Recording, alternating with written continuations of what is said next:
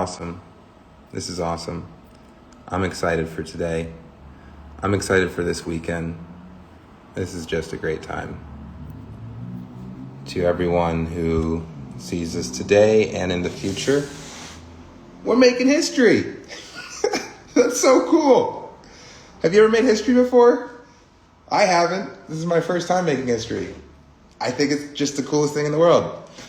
What's up, my friend? Glad that you were able to join the live.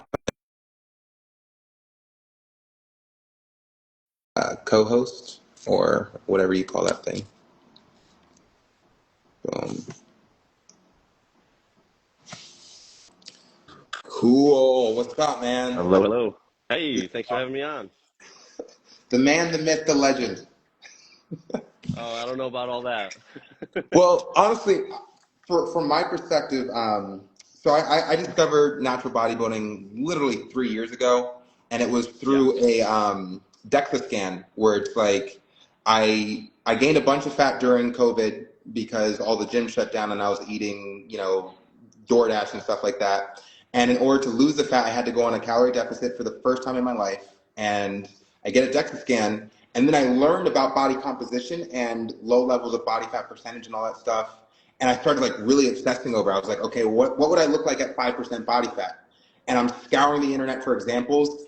And I didn't know you were who you were, but one of the examples that I had in my phone on my photo library was you taking pictures in like the same exact positioning and everything at like different levels of body composition. And I used that as a metric. I was like, okay, like I'm going to look at this guy. And then fast forward, like your name just keeps getting brought up to me. Like as a filmmaker and a documentarian and a leader of this movement, I hear your name so often in like the past 2 years. So to me, it, you have become a legend. it's funny because it's almost a miracle that that has happened because I put so little into like I know everybody's like really big into advertising and social media strategy. The bulk of my social media man, I haven't posted in a while. I need to post something. But I do believe that if you do good work, it gets out there. You know what I mean? Like it's just and you have you get a good group of athletes that you can kind of just go all in with, and they let you do your thing, and then it just kind of takes you wherever it's going to take you. You know what I mean? Yeah, so one observation that I've made, I mean, we've only been corresponding for like 2 weeks, and you've got like really positive, really good energy, and I'm honestly surprised at that, just because I know that your metrics or like your methodology when it comes to like apparently you're a bit unorthodox so far as your training and nutrition is concerned. You're a bit like intense. Yeah, yeah. I always a lot of times people are surprised because I don't fall neatly into any camp. Usually in bodybuilding, as you've seen, it's like you have kind of like the bro meathead crowd, and then you have the evidence-based science crowd. And I consider myself a science-minded individual, but a lot I do don't neatly fall into any camp. And so both sides kind of give me the side eye. And yeah, I do push people as far as they can possibly be pushed. But I take the approach of we choose to do this, you choose to push yourself to the extreme. Let's have fun doing it, if that makes sense. Yeah, yeah, I love it. I love it. How long have you been in this game?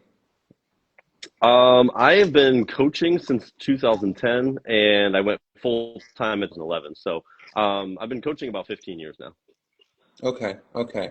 And over the course of these 15 years, you've kind of developed your own methodology, like you say, that is unique to, like, it's very personalized. Like, the way that people talk about you, it's like they're getting the Cliff Wilson treatment.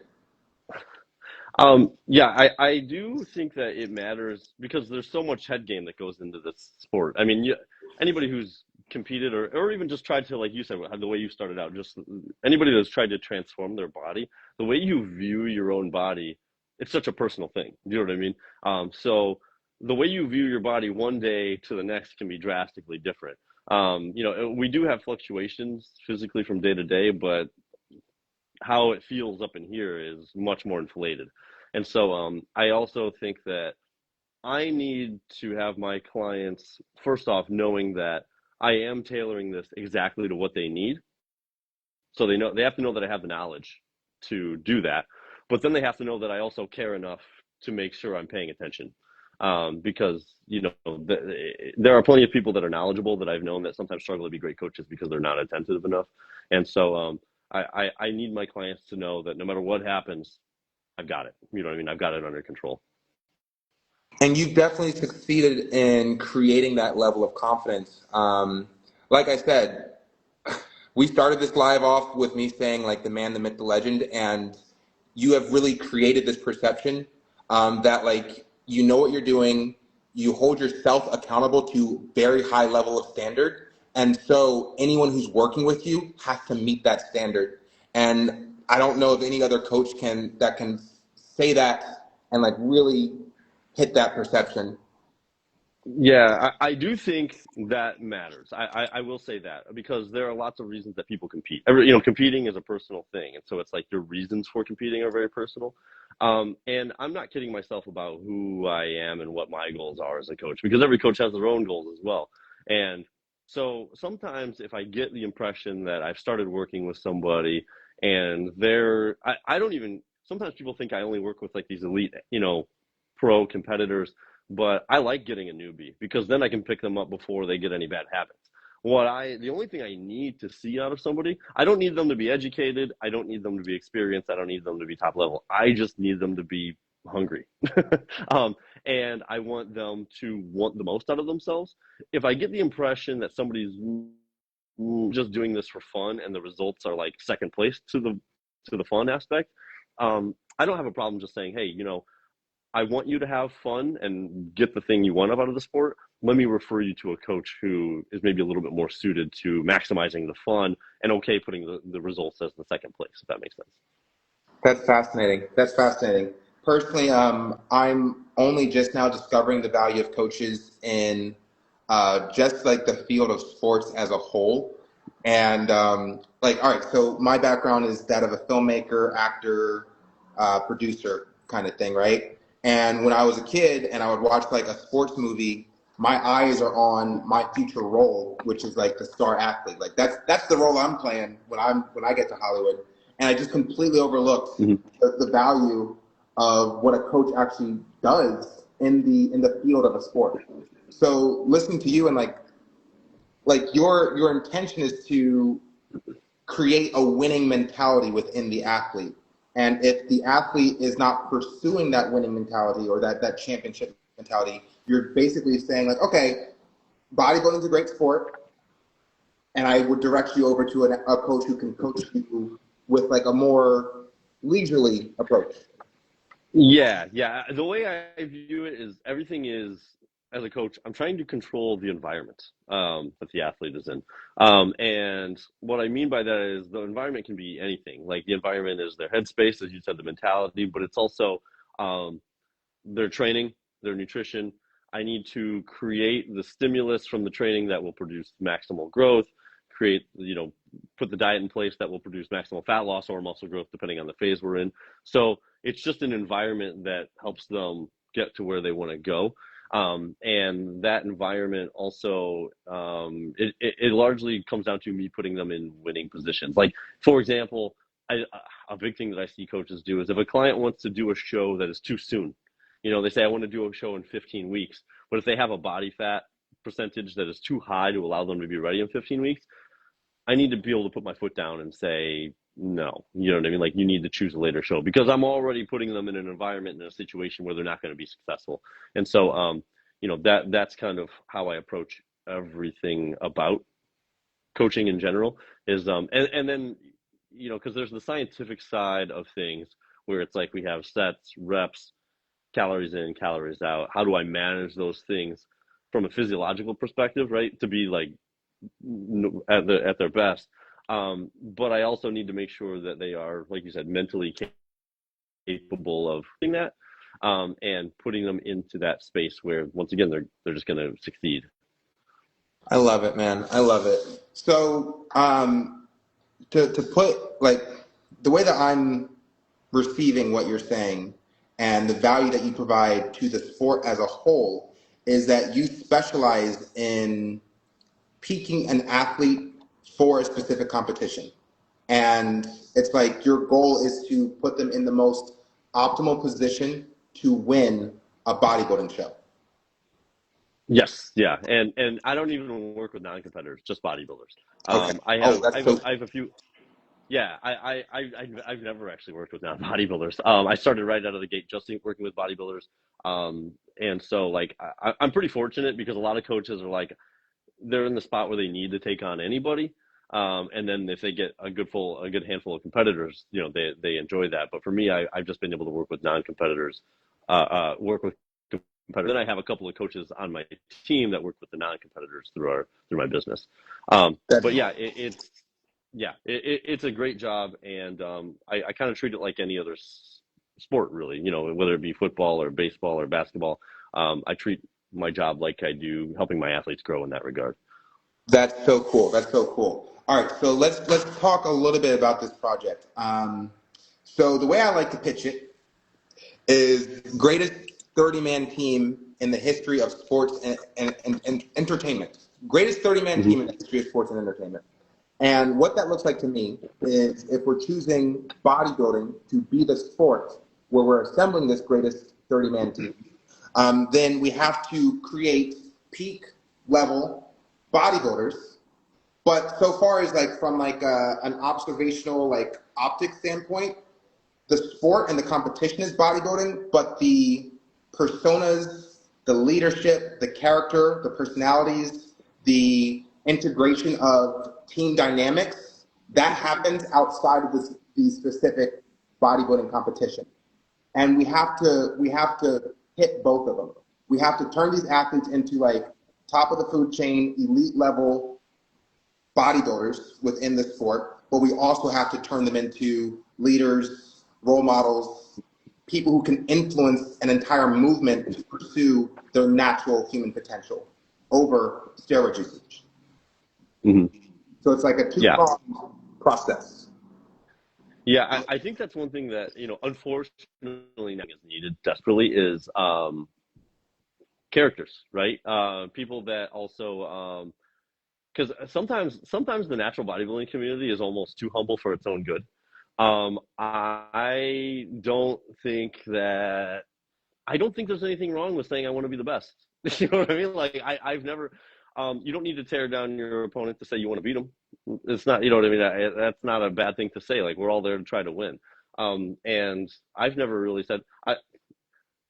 As far as coaching, I want to be the best coach. Like that, you know what I mean. Like my clients know I make no bones about that, you know. And so, but for some reason, when natural bodybuilders get on camera, they're like, "Oh shucks," you know what I mean? And "Oh, let's be a little competitive with each other." And I do think, if you're able to get that out of natural bodybuilding in this process, I would absolutely love it because we need a little fire going to the stage sometimes. So the way that are you available for the Zoom call tomorrow? I hope you are. It's going to be recorded regardless. I believe I am, yes. Oh, cool. Super cool. All right, so you'll hear me repeat myself then. I've been reading Phil Jackson's book, 11 Rings. He coached the Chicago Bulls to 6 rings and then the LA Lakers to 5, and he's got 2 of his own.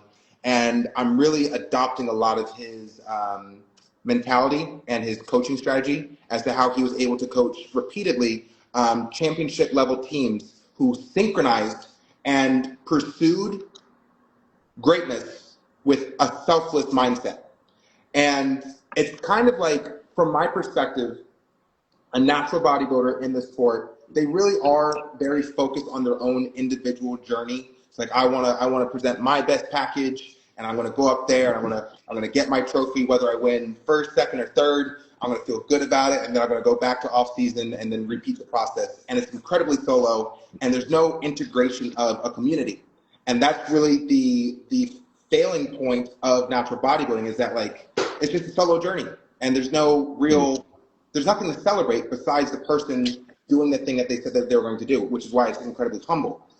My intention is to take the framework of, let's say, a Chicago Bulls 95, 96, 97.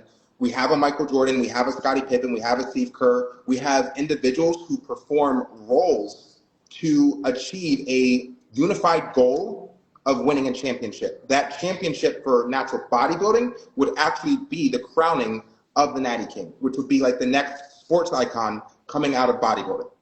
So like, we would all have to get on the same page that we want this to happen. And again, I guess the point of this particular live is, do we both understand why that needs to happen? Yeah, I mean, like I said, I do think that, well, and it's interesting because I do think a lot of bodybuilders crave that. They crave some form of community.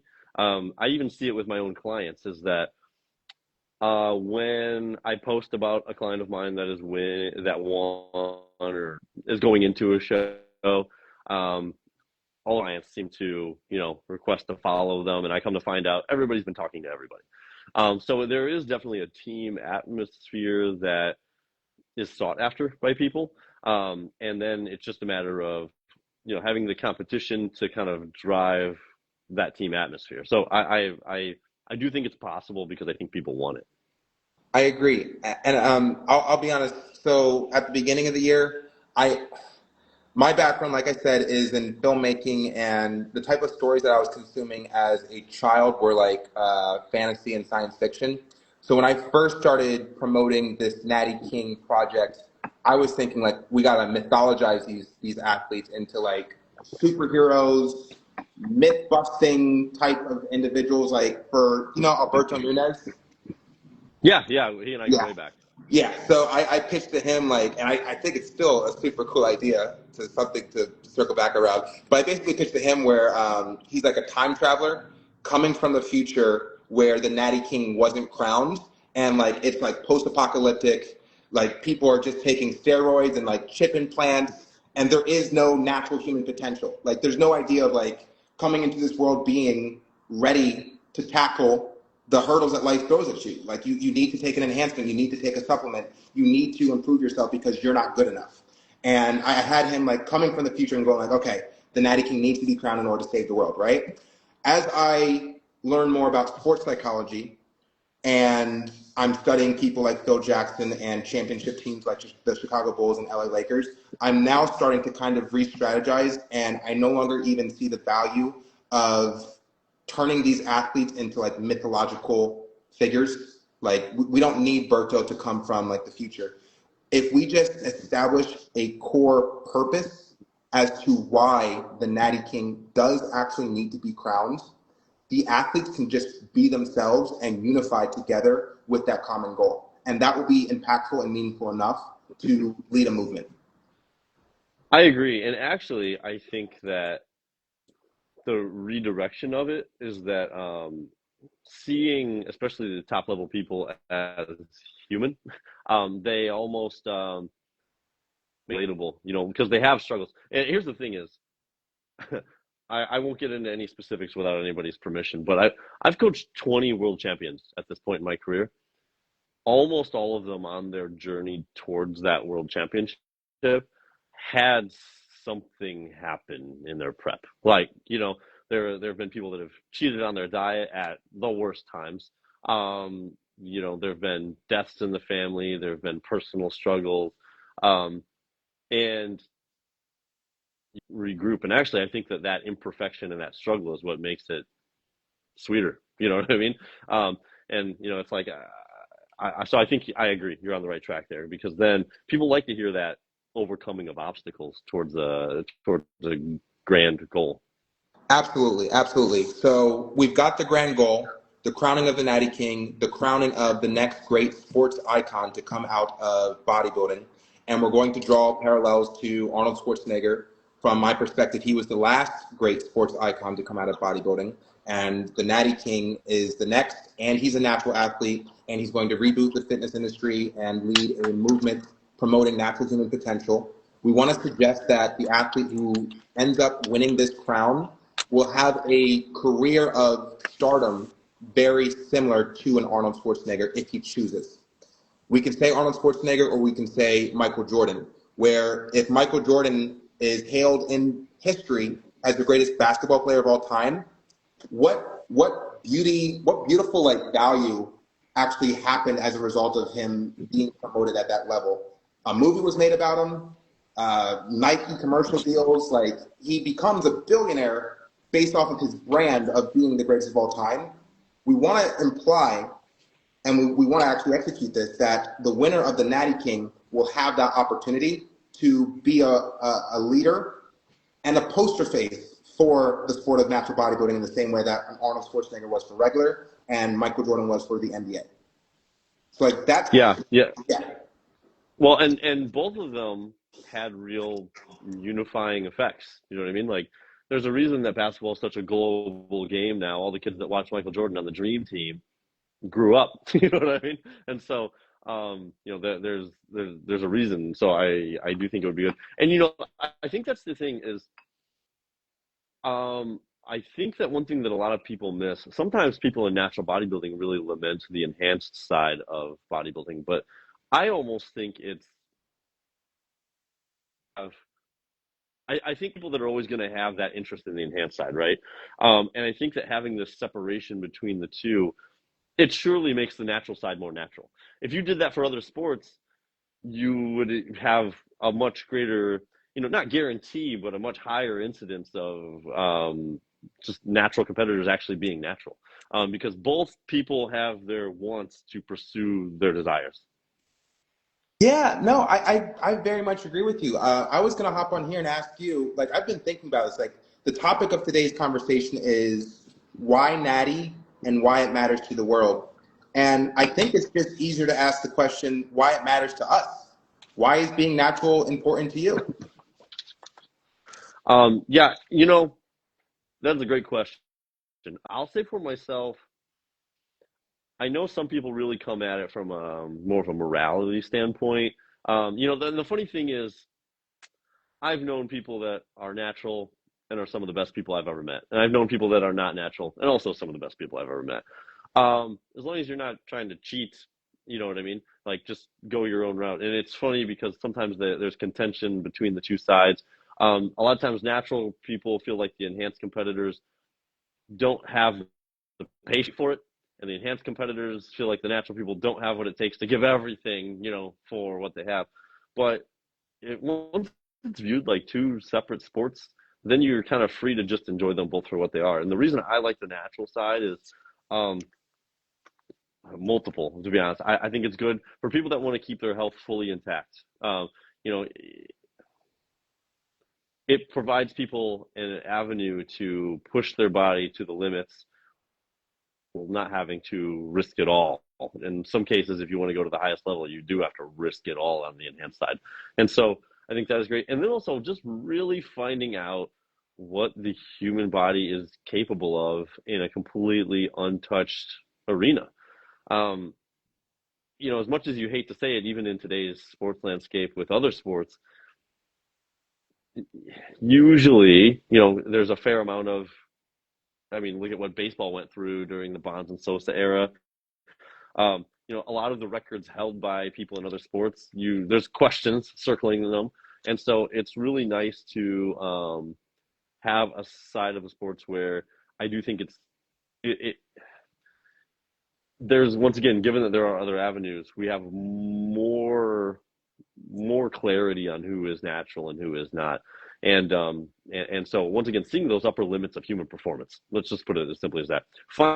Finding out the upper limits of true human performance and muscle growth is something special, and being able to see what like real genetic outliers are capable of. And as a side note, having coached some of the biggest and most successful natural bodybuilders of all time and having worked with them, people would be shocked at how genetic outliers are. And, you know, a lot of people are quick to point, oh, this is definitely steroids.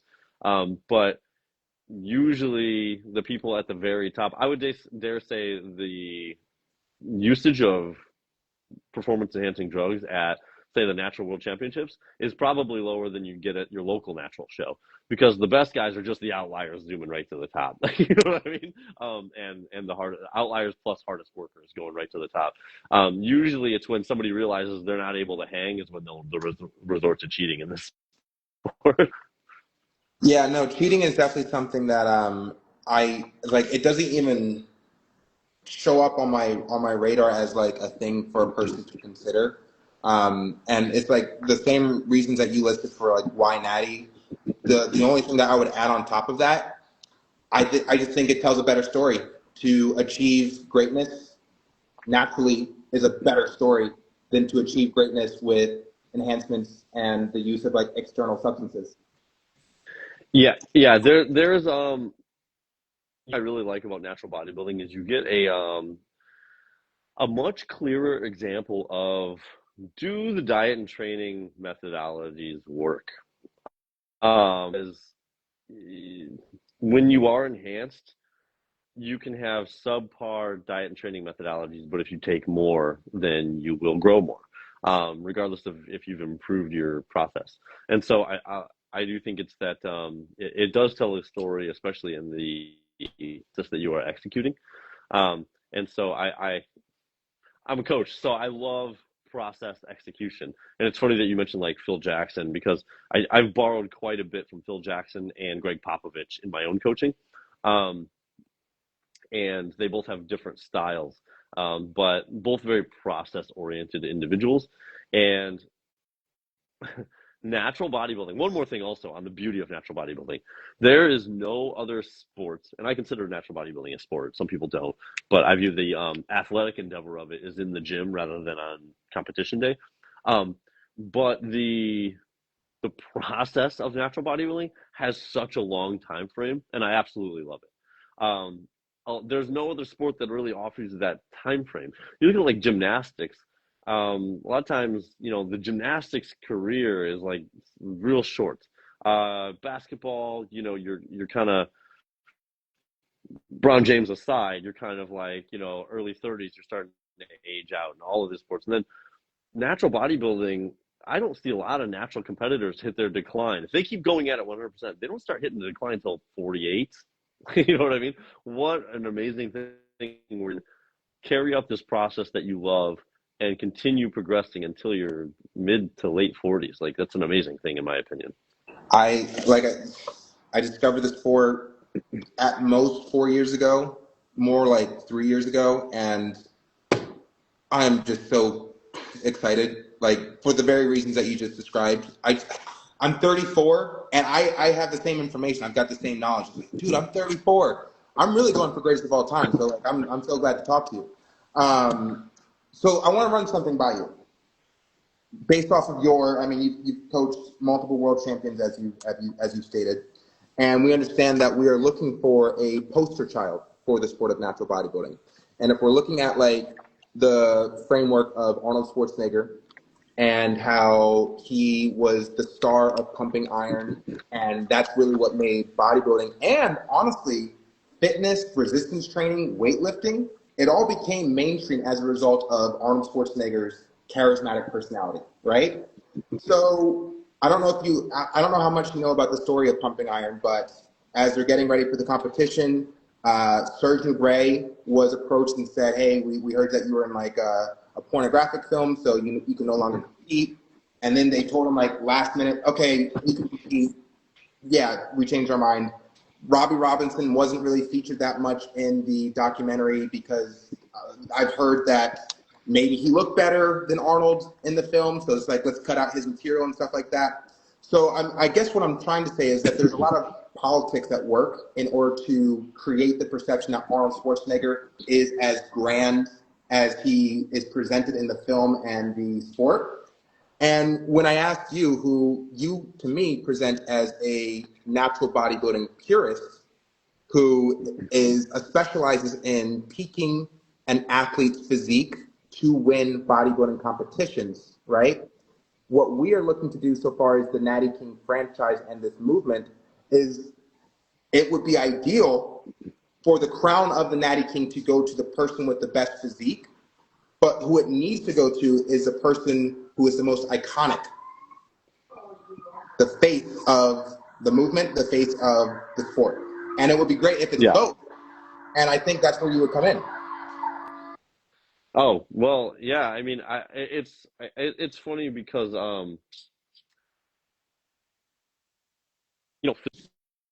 my first process, most people told me I didn't belong in the sport. And, at least for myself, it's funny how you can like find your avenues into this sport through other routes, like you said, through your ability to speak to people and relate to people. Or for me, it's coaching. And, as far as a purist standpoint, I absolutely love this sport. I mean, I there's no two ways about it. And as far as who would fit that bill, so you wanted to know who would fit that bill, like more physique wise or more personality No, wise? what I'm saying is that okay, so we got 30 by the end of 2027, we will have 30 natural athletes competing for the title and the crown of the Natty King, right? Yeah. And they're all being handpicked. This is like an invitation only tournament. What I'm saying is that Oh. yeah, it's an invitation only. Yeah. Okay. It's yeah, it's like a casting. We're casting these athletes. And Oh. Okay. yeah, they're being cast off of their physique, but they're also being cast off of like we are looking for the next Arnold Schwarzenegger. We are looking for the next Michael Jordan. We are looking for the next icon to come out of bodybuilding. Oh. Yeah. Okay. Yeah. Okay. Yeah. So is this an invitation to me, I want or you a part of this or project. okay, yeah, whatever kind of way you want me a part of the project, absolutely. Or if you need clients of mine, let me know, Well, because I think I the mean, sport needs this. since we're talking about it, I would love to get Eddie. He was going to be the person I was going to name. I was going to name Eddie, because Eddie. The other thing that um, Eddie's still on the come up. He is a lot, like I said. I don't think a lot of natural bodybuilders hit decline until about 45 to 48. Some cases a little later, 50.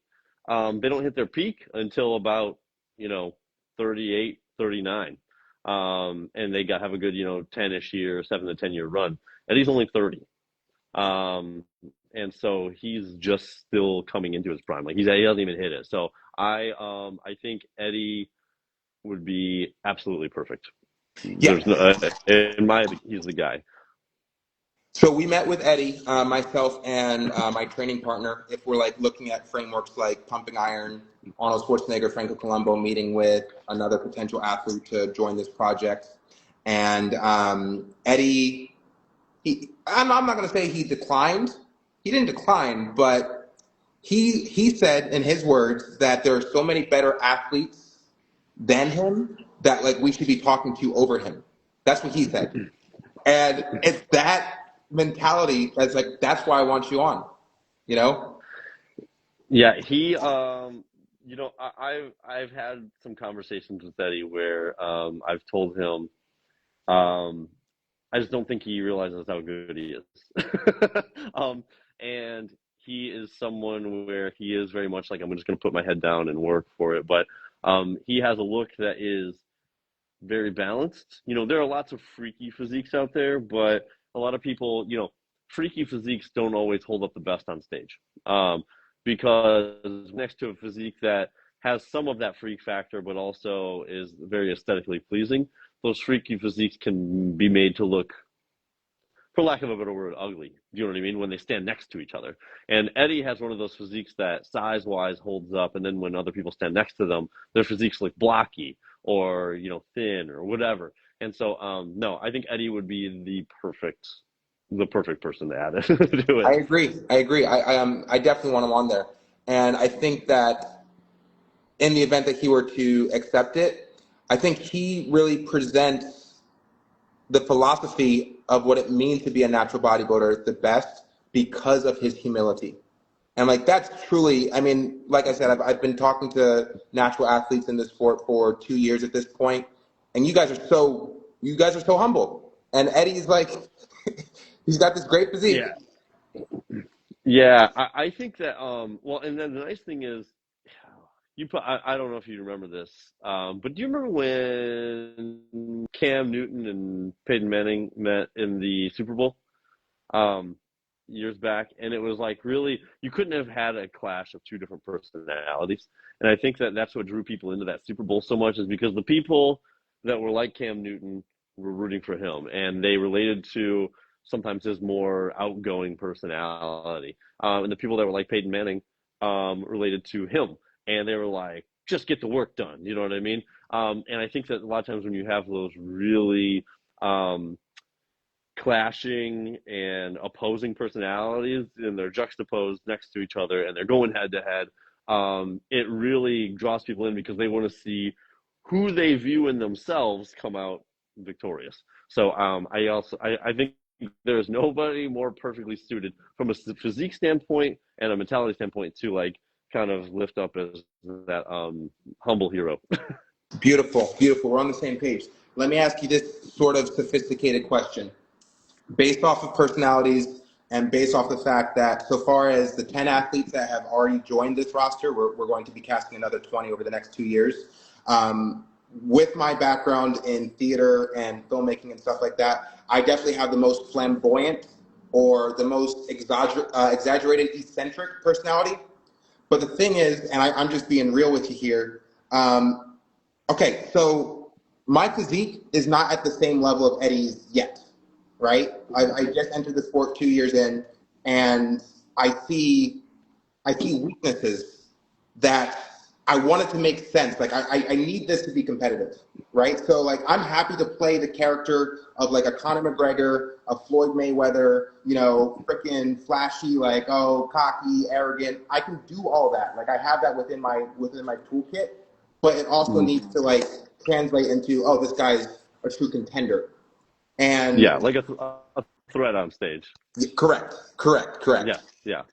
Yeah, so I basically have 2 years to, I don't know. I'm looking at someone like Frank Zane. Frank Zane has always been like kind of my role model so far as like a type of physique I would want to have at like my prime. So far as like Yeah. aesthetics, cuts, lines, shapes. I've never ever really chased after size. I've been more interested in like aesthetic shapes, lines, cuts, et cetera, et cetera, et cetera. Like symmetry and Yeah. you get it, you get it. So I'm Yeah. wondering, in your opinion, with your level of expertise and experience, if that's something that we can make sense over the next 2 years. Yeah. I think the thing is that with your genetic structure, I do think you would naturally build into a more aesthetic physique than some others. And then I think, it is still about adding size, but just adding it in the right places. And, that just comes down to vision effort, right? Like what exercises are being chosen, and to what degree is the volume being added there. So that's definitely, of course, doable. As far as like, and I think that you would just need to drill home on, once again, you are training for a specific look, you train a certain way. Okay, okay, that's great. That's great. Okay, I think we're on the same page about that. And then so far as the actual idea of unifying this Natty King roster into a 30-man team, and if we're drawing from the playbook of the Chicago Bulls and how Phil Jackson was able to essentially turn them all into like a selfless mindset with a common goal, which is to win championships. If our goal is to turn this 30-man team into a selfless mindset with the intention to crown the Natty King and have the next sports icon come from natural bodybuilding, then I kind of see myself in the role of a Phil Jackson and Michael Jordan until we can actually start identifying who the Michael Jordan is and like who the Dennis Rodman is, who the Scottie Pippen is. And Eddie, like I want Eddie on the team because Eddie is his own self and he represents natural bodybuilding so accurately. But I say all this to say I would love to have you be a part of this and be like the type of value that you already automatically add. Yeah. Yeah, I was gonna say, because I was like, my physique isn't, I've been lucky enough to turn pro, but my physique isn't in the spot where I should be competing against guys like Eddie. But I don't know what role you would want for me, but I think the biggest thing is like, I think there's a couple of things that just a lot of bodybuilders miss, is that, yeah, a lot of others, even like when I work with high level competitors, and I'll say this, a lot of coaches struggle to work with high level competitors. The reason that I believe that is that sometimes they don't respect their autonomy as athletes. And I'll get to my point here, but what I mean by this is like when you look at like Phil Jackson and Greg Popovich and Steve Kerr, right? Let's just use those guys as an example. They weren't the strictest of coaches. Like they're not like, they're not rigid in a certain way. They're flexible, and they work with great athletes, and they realize great athletes have great intuition about their own capabilities. And so one thing that I do is I draw up my version of a play, right? I draw up the diet and the training program, and I allow some flexibility and autonomy for what they instinctively know about their body, and I allow them to make judgment calls. And then when they make their judgment calls, um, then we come back and we discuss that call that they made. Was it good? Was it bad? Do we need to do a different judgment call the next time we're in that scenario? And so I don't know, what capacity you want me to be a part of it, but if I have to be honest, I think the thing that I would probably be able to add, either from a diet and training mechanics standpoint, or if you're even just looking at athlete guidance, if that makes sense, because I think that a lot of athletes, sometimes they have this raw talent, but they haven't had anyone to guide them on the specifics of how to best use their talents, and also teach them to use their own intuitions properly. You took the words right out of my mouth. The word that has been going over and over has been guidance. So yeah, 100%. And to clarify, which is obviously already apparent, we're having this conversation online, and what is dissimilar from the Chicago Bulls and what Phil Jackson was able to accomplish is that they had the entire team in person.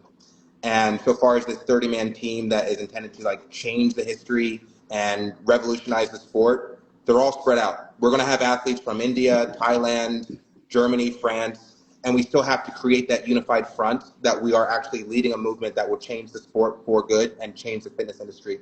So I would love to have you on as that guide, as like a force of high level of expertise, an eye, and who is able to work with the athletes, very similar to how we're talking, and just provide that type of guidance where they can kind of get that assuredness from an expert like you who already has a reputation and the level of expertise.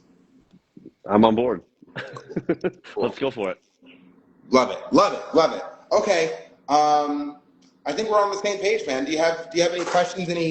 Anything that like leaps out at you? No. I know we have the call tomorrow, so I mostly want to observe a little bit more, and then I'm sure I will have more questions from there. I love it. I love it. As I'm working very close. Obviously, more people are coming onto the project more and more, and it's not just going to be the 30 athletes. Like, you're not one of the 30 athletes, but I consider you a part of this team. So what I'll be saying on the Zoom call is that I want to structure this further away from a typical bodybuilding competition, and I want to look at it more like a coronation. We will be coronating the future icon of natural bodybuilding. Thank God we are. And then maybe after that, the next time we coronate the next Natty King, we can have it more structured like a bodybuilding competition where it's like, now they know. Now they know what they have to do. Yeah. But the first one, it's got to be like a Michael Jordan, an Arnold Schwarzenegger type character who is like, that's that guy. You know? Yeah. Cool. I love it. Great. This was great. Awesome. I'm looking forward to seeing you tomorrow, and I'm so glad that we got to meet virtually. Awesome. Yeah. I'm sure we'll be talking, but I'll be on the call tomorrow, and then we'll go from there. Sounds good, brother. Awesome. Thank you. All right. Bye. I'll see you. Bye.